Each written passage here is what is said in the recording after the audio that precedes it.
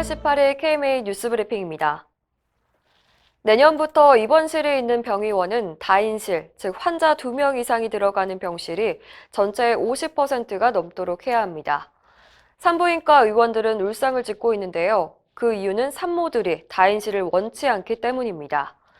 산모들은 사생활이 보호되는 환경을 원하기 때문에 이렇게 다인실을 많이 만들어 놓으면 공실로 방치될 게 뻔하다는 겁니다.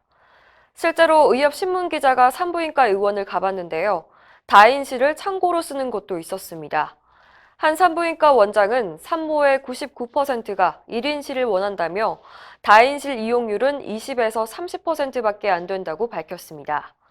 김동석 직선제 산부인과 의사회장은 산모의 경우엔 다인실 규정에 예외를 둬야 한다고 강조했습니다.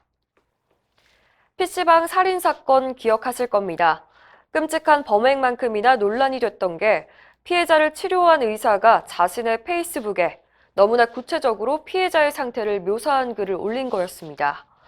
이처럼 의사가 자신이 진료한 환자에 대한 글을 올려서 문제가 되는 경우가 종종 있습니다. 이렇게 의사들의 SNS 활동이 환자 프라이버시와 의료 윤리 논란을 일으키자 의협이 나섰는데요. 작년 10월부터 활동한 특별위원회가 14일 의사 소셜미디어 사용 가이드라인 초안을 공개했습니다. 여기에는 개인정보 보호, 의사와 환자의 관계, 전문가로서의 품위 등 여러 내용이 담겨 있는데요. 일부에선 이 가이드라인이 의사를 제재하는 수단이 될 거라는 우려도 있지만 의사의 직업 특성과 사회적 파급력을 고려할 때 가이드라인이 필요하다는 의견이 대세입니다. 김대하 의협 홍보이사는 의사들을 윤리적, 법적 문제로부터 보호하고 전문직의 명예훼손을 방지하기 위한 것이라고 가이드라인의 취지를 설명했습니다. 전공의들이 전자의무 기록, EMR 셧다운제의 실태를 폭로하고 나섰습니다. EMR 셧다운제란 전공의들이 수련하는 병원에서 근무 시간이 끝나면 전자의무 기록 시스템을 꺼버리는 걸 말하는데요. 전공의법 시행에 따라 법정 근무 시간을 지키기 위한 겁니다. 하지만 병원 일이 근무 시간을 넘겨서 하는 경우가 비일비재해서 전공의들의 고충이 크다는데요. 실제로 대한전공의협의회가 전공의 1000여 명을 대상으로 조사한 결과 병원 측이 대놓고 다른 사람 아이디를 사용하라고 요구하거나 근무 시간 이후에 처방을 냈다가 사유서를 작성한 경우도 있었습니다. 특히 타인 명의로 처방전을 내는 것은 명백한 의료법 위반입니다. 박지연 전공의협의회장은 셧다운제 때문에 서류상으로는 전공의법이 잘 지켜지는 것 같지만 실상은 불법을 감수하며 일할 수밖에 없다고 말했습니다.